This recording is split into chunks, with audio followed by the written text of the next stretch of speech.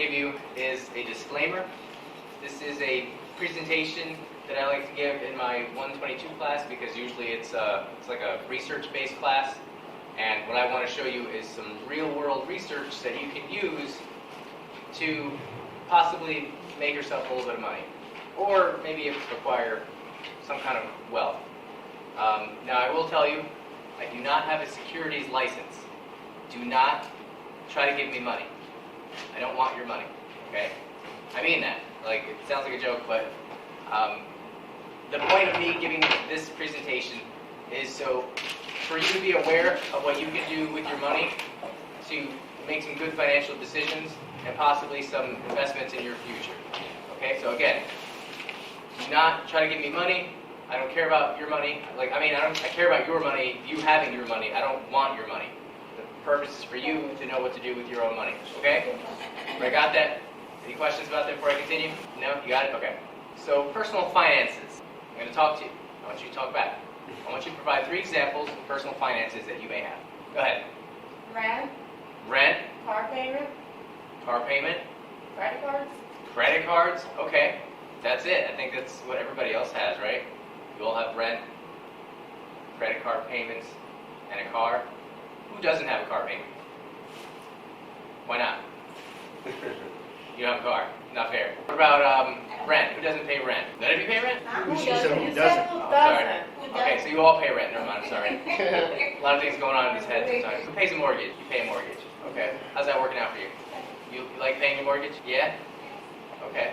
You got a lot left? Like a lot of time to go? Yeah. Yeah? Yeah. You're okay with that? I'm not okay with it, but I don't have a choice. Well, let's see, because you might have a choice. Pay attention Okay, here. well, let's see. And for the rest of you, I don't think she likes paying that mortgage. So you already shared. Personal finances are a financial management which an individual or family unit performs to budget, save, and spend monetary resources over time, taking into account various financial risks and future life events. You all understand that. Personal finances, what you do with money, what you should do at least. So what is income? Anybody got income in here? Yeah. What's your income? What I work for? What you work for? Yeah. The monetary compensation that I got from my job. Okay, the money you get from your job, for being there, for hanging out, for, making all the jokes that you make over there. Okay. Anybody else? What, you got income? What is it? What's income? Anybody not work for money? Anybody work for, like, berries or, like, other favors? Like, hey, you take me here and I'll change your oil. Anyone? What's that called? Bartering? Anybody? So this is money received especially on a regular basis for work or through investments. Let's not forget that investments part. Sure, you all work and you make money, but you could also invest. Are there different types of income? I'm waiting for the funny one. Wait, what's your question? Who heard it? What other type of income is it? That's right. Oh. Is it like child support and stuff? Or no? Sure. Okay, I don't know how to feel about that one, but okay, yeah. I mean, it's money that comes in, you're right. I got some opinions, but I'm going to keep them to myself. Anybody else? Let's talk about positive income. What's positive income? Anybody? The net amount. The net amount. That's possible. That's positive. After you pay all your bills? After you pay all your bills and expenses and stuff? Right, the difference between your income and your expenses, leaving you with more money than you started. Here's an example.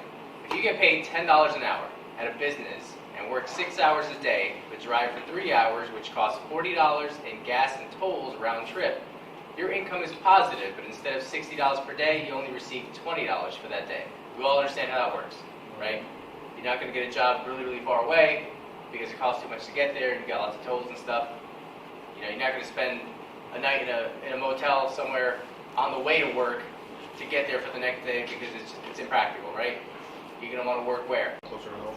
Closer to home, as close to home as possible. At least that's what I think. Anybody drive more than an hour to get to work? Very good.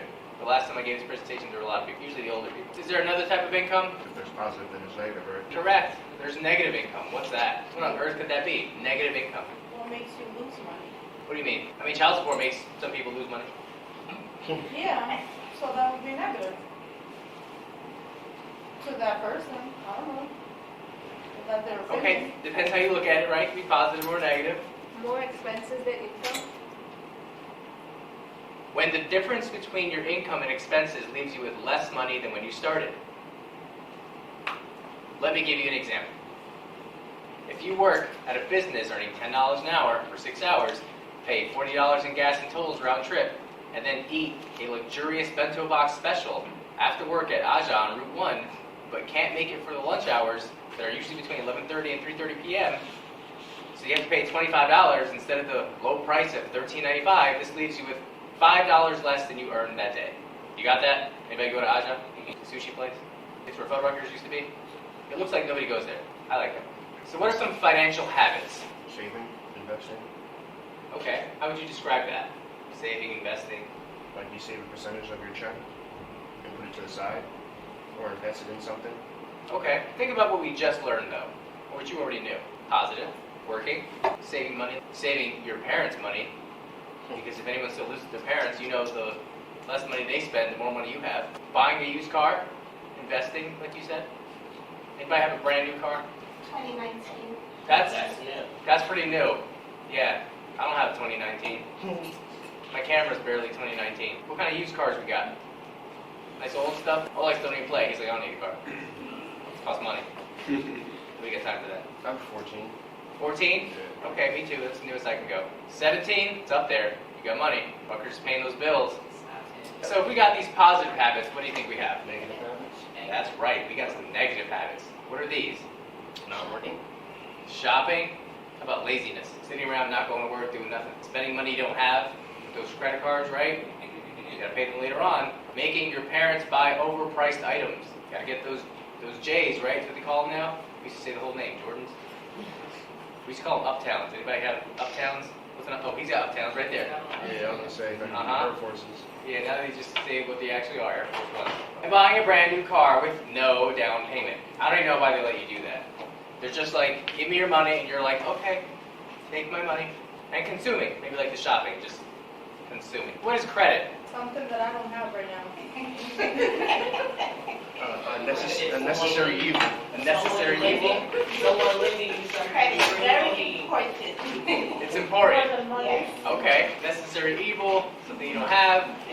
I didn't have credit for a long time. I think just this past year, or I think going on a year and a half ago, I got my first credit card. You didn't have bad credit, you just didn't have credit.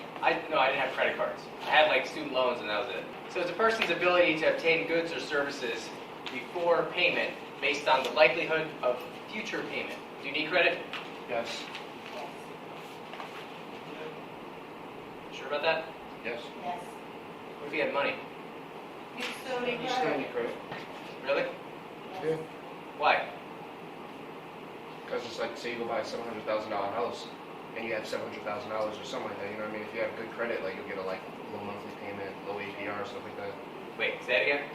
If you have $700,000, Well, and you buy a house or whatever, you don't have to buy the house full in cash if you don't want to.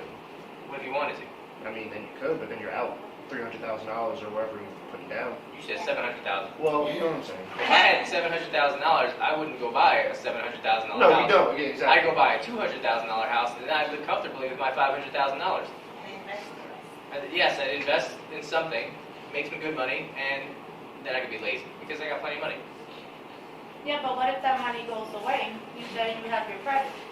That's why you invest it in a positive way so you can produce more income. But the We'll get market's to down that. right now. We'll get to that. We'll get to that. Don't worry. Follow me on this. This is for you, okay? Okay. This is for you. What is debt? What's Is it debt? anywhere? Okay. Except there. No, you can sit there. Wait, be careful. No, go ahead. Migraine that never goes away. That constant migraine, right? Money you owe. Who wants to owe money? All of you, right? Because you all say you want to have credit. Do you need debt? Do you need it? No. But you need credit, right? Yeah. Which translates into debt. I'm confused. You need credit cards, you need credit, but to have that, you have to have debt. Talk to me. Come on, enlighten me. Something I don't know here. You have mortgage. You need that mortgage?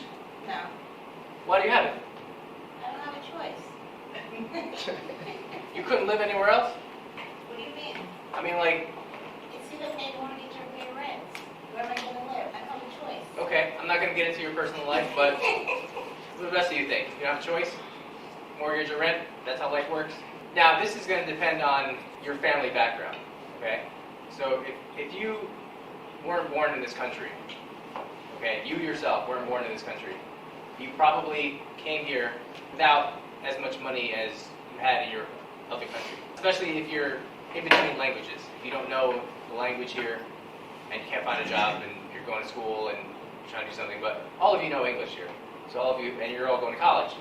So you all have some chance that people, like in my family, when they came here, had no chance. You understand how that works? And then there's people that maybe grow up here knowing English, but don't go to college, don't get a career, and they pay rent for the whole lives. And just spend their money, have a bunch of negative income, and then where do you think those people end up? You're just constantly spending, living in the moment, not planning for the future. Bankruptcy. What is this? When you have any money. It's when your debt exceeds your assets. Now, I know I said there are some people that come here poor, but there are a lot of people that come here with money, or at least with skills. Okay? You know, not everybody that comes in here is a gang member. Not everybody comes in here is a terrorist. There's lots of good people that migrate to this country, and they have good intentions. But despite their good intentions, maybe they may not make good financial decisions. So let's say that Periqui Kiberto owns a bodega and sells takis. His sales have not been so great lately, so he took out a loan to cover some of his business expenses like electricity, heat, and buying more takis. Poor Beretito has not sold a single bag of takis ever since Doritos introduced their new spicy chili flavor. Beretito now owes more money than he borrowed and has to file for bankruptcy, which means he may not qualify for another business loan. What do you think? Does that make sense? Just like that mortgage. What is it about that mortgage? What can happen? How much is your house worth? You know offhand? If not, I can look it up later and show you. 305, 305. How much do you owe?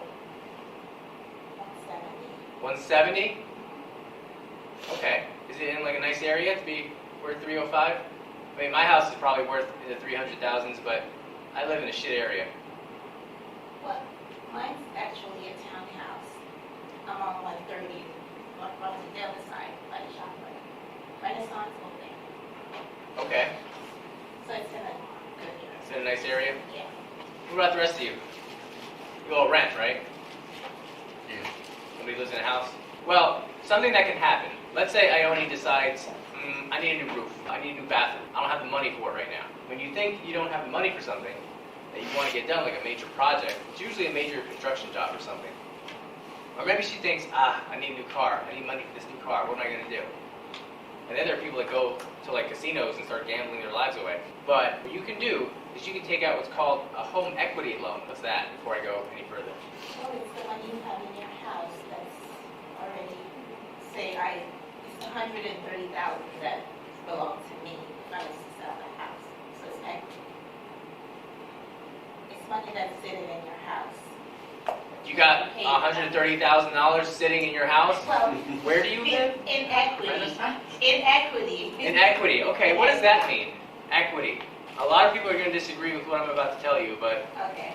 you tell me what this equity thing is. What is it? You have a mortgage, right, for a very valuable house. You owe $170,000. How many more years are they expecting you to pay that off? You don't know, you don't check, you just give your money away? Oh no, this is terrible. This is why I give this presentation. But I'm glad you're here, because hopefully you can learn something from it. And hopefully none of you end up in the same situation. Not that it's bad, because if you want to pay money like that, that's fine. Maybe you don't want to throw all that money out at once. Well, that equity loan is imaginary money. It's fake. It's not real. It's pretending that she could, in fact, sell her house for $305,000. Do you think anyone's going to buy your house for $305,000? Probably not. So what do you really have? What's a more realistic number? 2 something? So, in theory, a bank would give you $130,000, right? For you to do whatever you want with. And then what? Then you're more than what debt. I would say you gotta pay that back. Then you're right back up that river, right? Yeah. With half a paddle. Maybe not the fat end, just a broomstick trying to get down that river. Think about that. People do that a lot, don't they? Is that a good idea? Is that a bad idea? You can use that money to get that roof. You can use that money to fix that bathroom. You can use that money to get a car. I feel like, well, not a car, like if you put it back into the house or something like that, I feel like it depends. Because I know my aunt, she was saying, because I'm trying to buy a house, and she was like, she'll give me $10,000 for my down payment, and then once I'm in it, I can take out an equity loan to pay her back at least, or something like that. Don't do it. Don't do it. Don't do it. She'll give you $10,000, take that. But I'll show you what you can do with it instead. What do the rest of you think? But what if the value in your house spikes? You can take the risk if you want, You can take a risk. but I think it's a major risk. I don't like taking risks. If I'm going to take a risk, it's got to be something that's a little bit more guaranteed, you know? I want the success rate to be much higher. For some kind of positive outcome, right? You know, we keep looking at positive and negative things. So, let's think of this. If you can only work and make so much money, and you're spending so many years in school and stuff, how will you ever be able to afford a house? You think $10,000 is really enough for a down payment for a house? No. We live in what is probably the most expensive state in this country, New Jersey. This itty-bitty state. It's very expensive. How on earth are you going to afford a house? Mortgages, loans, right? It's made-up money. Some geezer is going to sell you his house because he's retired and his kids don't want it. So he's either going to kick the bucket or sell it to you for whatever the market value is, depending on the trends, right? Whatever, if it spikes or whatever. So if it spikes, then you're screwed, because then you got to spend $500,000 in this house that was once worth $50,000. Right? Everyone just starts pretending that this house is worth $500,000. That's really how it works. What can you do to prepare if you really want to buy a house? You're working, right? You're going to school. You're obviously investing in yourselves. Make yourself more marketable so you can get a better job. What are you going to do? You want to save. You're going to save. Okay, save that money you're making. What if it's not enough? You're young, you're in college. You're probably working at McDonald's. Which is okay, because I think working at McDonald's means you have probably the most money in this room. How else can you save money if you can only work so much, work in so many places, and do so many things? Here's some ideas. I'll give you one. What? You can coupon. Coupons? That's how you save. That's right. Work those savings. Ever hear of passive income? What is this? Go ahead. Income that we don't work for, like that's generated on its own, like you invest your money and works for itself, money that works for itself. Money you earn without having to perform any real physical or intensive labor. The money earns money for you. You're right. Can you think of an example? Don't worry, I got you. Here's a whole bunch of examples. Savings accounts, right? These low interest accounts in banks. You just give the bank your money and they'll give you, what, 5 cents? Right? Is that a good idea? You can invest there? You're shaking your head no. Why not? What would you do? High interest, high yield checking account. I mean, Savings. High yield checking account? High interest? What's high yield? I can give you a higher percentage than like 0.01. So what's a higher percentage? 2.5. What's a higher percentage? Yeah, like 2 point. Well, I have this high yield checking at 2.72 right now. 2.72%. How much money you got in there? Not that much, probably like 5,000. 5,000. Okay. But they have a 25,000 limit, so it's like A $25,000 limit? yeah. Why is that? Not 25,000, I think 2,500, right? With Well, you got 5 G's in there. yeah, 5,000. Why is there a limit of 25,000? What's 2% of 25,000? They can't pay out that much, I guess. It's like a local bank. The local bank? If you went with one of those giant national banks, They have too much overhead, so they can't pay that much. too much overhead. Okay, so what do you think? Are they reliable? Should you put all your money in the bank? This is saying no. What about mutual funds? Pool of money that gets invested. So you give someone your money and they go invest it in a bunch of stuff. Remember, I don't want your money, okay? I want you to have your money. I'm not selling you anything. I mean that. How about pensions? What's a pension? Money for working a set amount of time. Anybody got a pension in here? Yeah, get those pensions. Is that exactly how they work? You just work there long enough and they just give you money? That's like your 401k or something. Well, not That's quite. different? It's a little bit different. 401k is an alternative to a pension. Oh, wow. Alternative to a pension. What about IRAs or Roth IRAs? individual retirement accounts. One is taxed before you retire, and one is taxed after. I think a good idea for these would be whether you, well, usually if you take, I think the Roth IRA, which is the one that's taxed after, if you make it real big in life, okay, make a whole lot of money, and right before you're about to retire, I don't know if this is going to work, it's just an idea.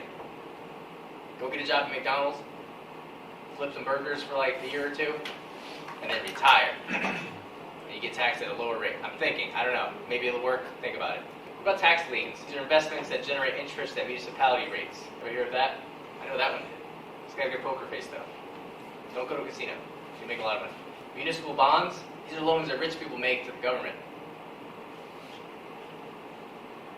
That's right, the government borrows money from people. Kind of, sort of. I can think of one other way to get passive income. But you might not think it's passive. You might think it's actual work. Some people think it's work. And it's why a lot of people don't do it. Businesses. This is the ultimate investment, but it requires the most capital. So, for example, you work at McDonald's, which is nothing to be ashamed of, because again, you probably have the most money in this room. But if you open your own McDonald's, you wouldn't be here right now. You wouldn't need to be here, because you'd be making hundreds of thousands a year just from owning a McDonald's. Well, I'm going to tell you about one of these methods of passive income in great detail, okay? And it's up to you to do whatever you want with it. I'm going to tell you about tax liens. It sounds scary. A lot of people don't want to talk about these, I don't think, because usually there's a lot of negative connotations with them. So this is a government claim imposed on a property for unpaid taxes. So Ione, as the only person who owns a house in here, if you didn't pay your taxes, Right. what would happen? They would put a lien on my house. Who would? The government. The government. Yeah. Okay, and what does that mean? What happens? If they put a lien, they put a lien, and after a while, the house belongs to them. They put a lien and then the house belongs to them. They take the house. You hear that? The government can put a lien on your house and take your house if you don't pay your taxes. Do you pay your taxes directly to your town, or do you pay the mortgage company to pay your taxes? The money comes from the government. Do they ever give you that spiel about, oh, well, your mortgage increased because your taxes went up? Yeah. They always do, right? Your taxes probably didn't go up. Have you checked? No? Of course not, because who has time to check if your taxes went up? Don't worry, I will look it up for you right after this. And I will tell you what your taxes actually are, and then I want you to compare with your paperwork, okay? Hopefully you save some money. And realize that anyone can impose a tax lien with enough money. So the government may or may not be the only ones trying to take your property. You, or even me, anyone in this room, can go and impose a tax lien on somebody's property who hasn't paid taxes. But usually you have to have money, maybe $10,000, because banks and investment firms mostly impose tax liens to accrue interest for investment purposes for wealthy clients. So I'm going to show you how to register for a tax sale. Although wealthy investors tend to pay others to invest for them in tax liens, you can attend a tax sale to invest independently. You just got to register through a municipality's tax collector's office. You fill out their form, conduct as much research as possible before you bid. Now, I've learned from experience that you don't always have to register. Just, you could call a tax collector's office, call any tax collector in the country if you want, and ask them if you have to register. They might send you a form, or they might just tell you to show up. So for example, I attended the South River tax sale recently, and I didn't have to register. They just said show up. I showed up. Oh, that's right. And New Brunswick has one coming up. They do. Every town does this every year. It's free to attend, free to register. I highly encourage you all to explore this. It's something I learned when I was about most of your ages, and I wasn't ready for it until approaching my 30s. And I've been going every year since.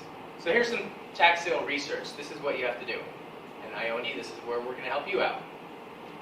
you want to visit this website. It's a link here. You can also Google land records for any other municipality. On this website, you'll find deeds, mortgages, other tax liens, and more important relevant information regarding any particular property. Aside from physically looking at a property, this is the perfect way to determine how likely you are to either obtain it or receive your money plus interest. Stop me if I'm going fast. Ask me questions. This is how the tax sale auctions work. You must pre-register to participate in a tax sale, depending on the municipality, again, whichever. They will advertise the list of properties in a newspaper. You must have enough money to pay for what you win on the day of the auction. You must familiarize yourself with these laws. Here's a sample tax sale list. This is legit how it looks. This is an actual list from last year. So, you can't see this mouse, right? So let's say this person here who owns this property on 1 Spring Street owed $16.51.68 for whatever this reason is. You could bid on this property around this much. It's probably going to be higher. There's one here that's $6,000. There's one that's $11,000. The T means taxes. W means water. I'm not sure what the F means. S is sewer. You want to look into who owns it, if it's a business or if it's an individual, and it depends on why you're going there. If you're hoping to get a property, it's kind of slim, but it happens. It happens all the time with these very wealthy people. I see the foreclosures happen all the time. But if you go there with money with the intent of making money, that's more likely to happen. And the more money you go there with, the more money I think you can make. So after the tax sale, this is what you got to do. You must record your interest in the property at the county clerk's office, which is on the 4th floor of 75 Barrett Street. Now, anywhere in Middlesex County, if you decide to attend one of these, that's where you have to go. It's like literally around the corner from here. The fee is $53 per certificate of sale for unpaid municipal liens. You must also inform the tax collector first via fax or mail and complete an affidavit, that one thing that you remembered, which is a written statement for potential use in court as evidence. It's amazing how that's the thing you remembered. You knew to fill out that affidavit. Don't forget that affidavit. Very important. But also remember the whole other process. They will take your original certificate and process them and then send them back to you in about a week. Tax liens versus other investments. How do these things sound to you so far? Do you have questions? I think you should. So what exactly are you buying? I don't understand. A certificate, which means legally you have interest in a property, and the way it works is if you win the certificate, you have a 2-year period in New Jersey. They can either pay you back the money that you put for that certificate plus interest, or after 2 years, you can begin what's called the foreclosure process. You've all heard of foreclosures, but you probably don't really know what they are. It means that you're filing a motion in court suing that person for the money that you invested into that tax sale certificate. And if they don't have any money, then their only option is to give you their property. Okay. That's really how it works. But before it can actually go there, it has to go up for auction to the public in what's called a sheriff's sale. Yeah. So are they so like an actual auction, like everyone's like standing around?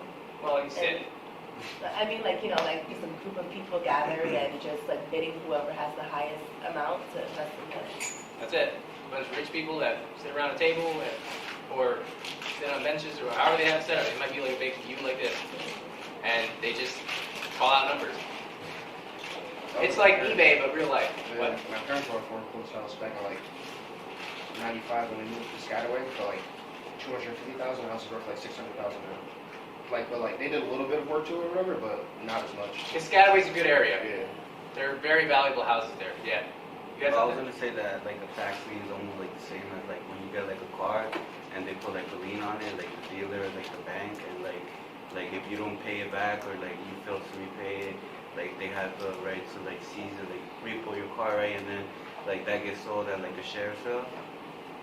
Like, 'cause I know like in sheriff's sale, like they sell a lot of repossessed vehicles or vehicles used like committed during the crime. Yep. They're like nice cars, but they'll sell them like cheap. Mm-hmm.